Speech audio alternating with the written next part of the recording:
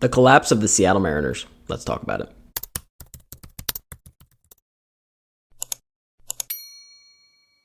Sorry if the vibes in this video are not usually what they're going to be. This team is just extremely frustrating and there really isn't too many bright spots to even talk about.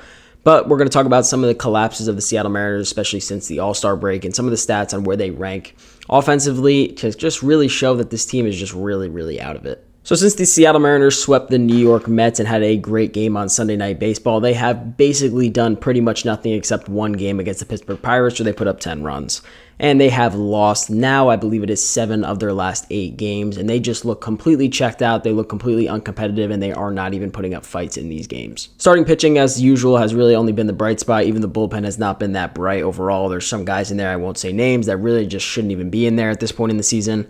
But we digress. There's not that many options, I guess, but yeah, that's pretty much how it's been going, and you could just tell that these guys are very deflated. We'll go into some team stats first and then go over certain specific individuals that were supposed to come in and make an impact, and they might as well just be doing the complete opposite of making a positive impact on this team. So since the Mariners swept the Mets a few weeks ago, like I said, they are 1-7 so far. They have another game against the Dodgers tonight, yippee.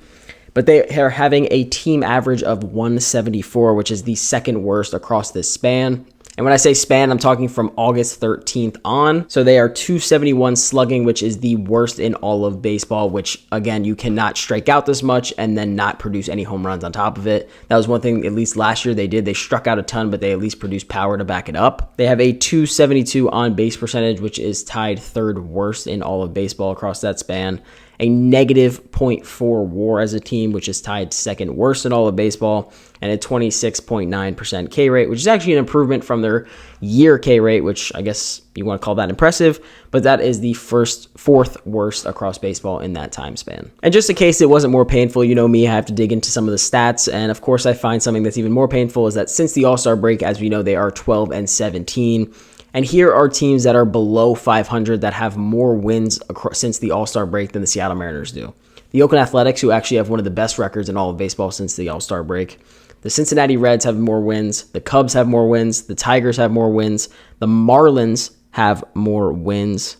And the Toronto Blue Jays have more wins across this time span since the All-Star break than our first place Seattle Mariners that had a 10-game lead at some point this season. And, you know, I hate to call out certain players or go through certain statistics since, you know, they became a Mariner or whatever the case may be. But it's just really frustrating seeing guys that were supposed to make an impact, whether acquired at the deadline or acquired during this past winter to help us in the 2024 season, just really not doing their job. And honestly, shout out to Jorge Polanco, who's been absolutely killing it. He had 3 RBIs himself last night. He had all the runs scored that the Mariners had last night. So shout out to him. He's really been doing well. And I honestly think the Mariners should pick up that contract at some point, but we'll go into that deeper in a later video when eventually they'll be out of full playoff contention. And now we have to talk about an offseason plan because we won't be in the playoffs yet again with one of the best starting rotations in all of baseball. So here's a few guys that have been playing basically every day and their statistics across the last 15 games that they've played. Let's start with Demo because I know everyone was on the Demo train when he started off hot, and I had always said, you know, Demo's going to be he's a great utility guy,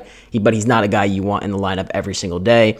And across his past 15 games, he is 4 for 41 with 20 strikeouts. So he struck out about half the time in his last 15 games, and I can't say I'm surprised, but unfortunately that's just the situation. Josh Rojas is 8 for his last 45 with 14 Ks. Justin Turner is 9 for his last 47 with 12 Ks. Randy Arozarena is 1 for his last 24 with 12 Ks, so he has a 50% K rate. Mitch Garver, who, you know, you bring in this offseason on a $12 million AAV for 2-year deal, and he currently has a negative .3 WAR all season long, and he's 5 for his last 42 with 18 Ks. And this was your biggest addition this past winter, realistically. You can argue that Jorge Polanco was, but this is your biggest bat that you acquired, and he has a negative .3 WAR, and he just honestly looks completely checked out of all baseball. I mean, he's not even playing every single day. He's playing maybe once a series at this point. Since the second Detroit series, he played once a series. He hasn't played once in this LA Dodgers series.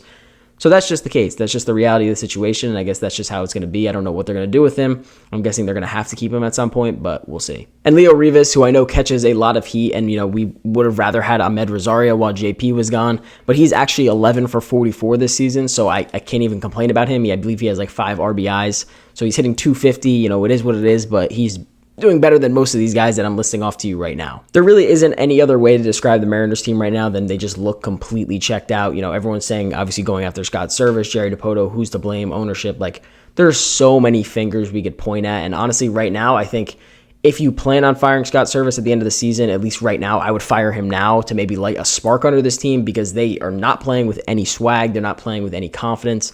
You could just see they're deflated. It's plain and simple. They're literally just deflated. They can't figure it out. You know, maybe one night, like last night, they scored 3 runs in the first 4 innings. They had runners on all night, and then that's it for the rest of the game. And now you have to rely on the bullpen. You know, Bryce Miller unfortunately couldn't go 6 innings, but I'm not blaming starting pitching by any means. But, you know, this offense they can't sustain a full game of playing baseball at a high level, and it's really just a sad thing to see. It's pretty easy to describe when you have someone like Victor Robles, who is a straight ball of energy, and you saw that in his first 30 games with the Mariners. And now these past, I would say, 9 games, not that he's not playing with energy, but he's not playing with anywhere near that energy that he's been playing with, because none of these guys are. You could just tell they're very deflated. You know, they don't know what to do. They can't produce offensively. You go out and Bryce Miller and Brian Wu shoved this past weekend, and you can't score runs for them against the Pittsburgh Pirates. Like, there's no excuse for it. I don't know how else to explain it, that there's really just no excuse for it. But one thing that I will say is I did a little bit of a deeper dive into Ty France since he's been gone away from the Seattle Mariners, and he's been doing pretty well. You know, he has, I believe it was a 268 batting average or a 278, something like that, since becoming a Cincinnati Red. And a lot of people, you know, I posted on Twitter, and a lot of you guys, you know, were saying it's the ballpark factors. You know, he's in the most hitter-friendly ballpark, going from, you know, the most pitcher-friendly ballpark, which, yeah, that is all true. But at what point are we going to admit that there's some internal issue that these guys come to Seattle and they just can't hit a baseball? Mitch Garver has been fine most of his career. You know, his biggest thing was injuries. He couldn't stay healthy. Some people argued he was a silver slugger caliber bat, but, you know, he just couldn't stay healthy. And now this year he's healthy and he can't hit anything. Like, I mean, he's a negative .3 WAR from a guy who just won the World Series last year, was a huge contributor in the playoffs for them, and he comes to Seattle and he just can't hit. Like, it doesn't make sense. Randy Arozarena, yeah, he struggled a little bit this year, but he's Randy Arozarena. I mean, come on. He's one of the best players across baseball, top 70, top 60 maybe. And he comes here, and now he's won for his last 24 with 12 strikeouts. Like, you can't make this stuff up that, you know, the Mariners don't have some internal issue that guys come here. You know, whether they're old, sure, they're old. You know, they're regressing. They're not at the prime. I get that. That all makes sense. It does.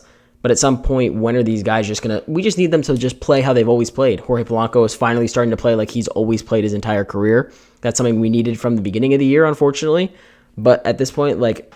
They're just not performing, and there has to be something that needs to be changed. We can't keep doing this. This team, you know, they break a 2-decade drought of making the playoffs back in 2022. Julio Rodriguez's rookie year. They have a great year. Last year they had a very good year, but were short of the playoffs. This year they're very much on pace to be short of the playoffs. Unless they figure it out today, tomorrow, there's really just no more waiting to figure it out. The Astros are not slowing down anytime soon. They have been absolutely cruising. They knew they were going to come back in the division. This is why a lot of us, you know, as cool as it was to be 10 games up, we knew there was a long, long way to go, especially with the Astros right behind us. They're never out for the count.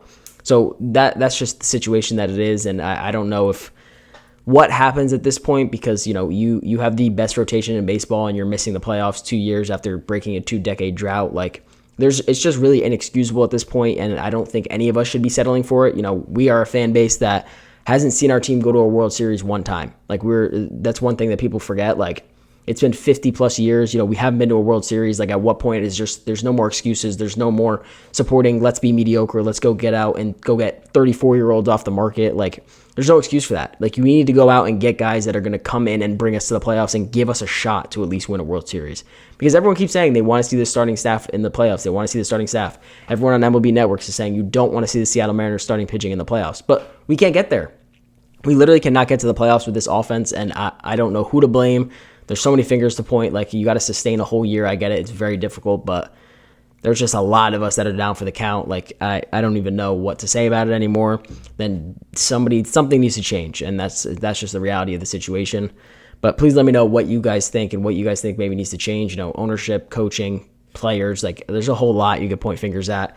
But otherwise, I hope you guys did enjoy the video. And like I said, sorry for being kind of an angry guy this video, but that's just kind of the reality of the Seattle Mariners right now. Otherwise, I hope you guys did enjoy the video, and I'll see you guys in the next one. Peace out.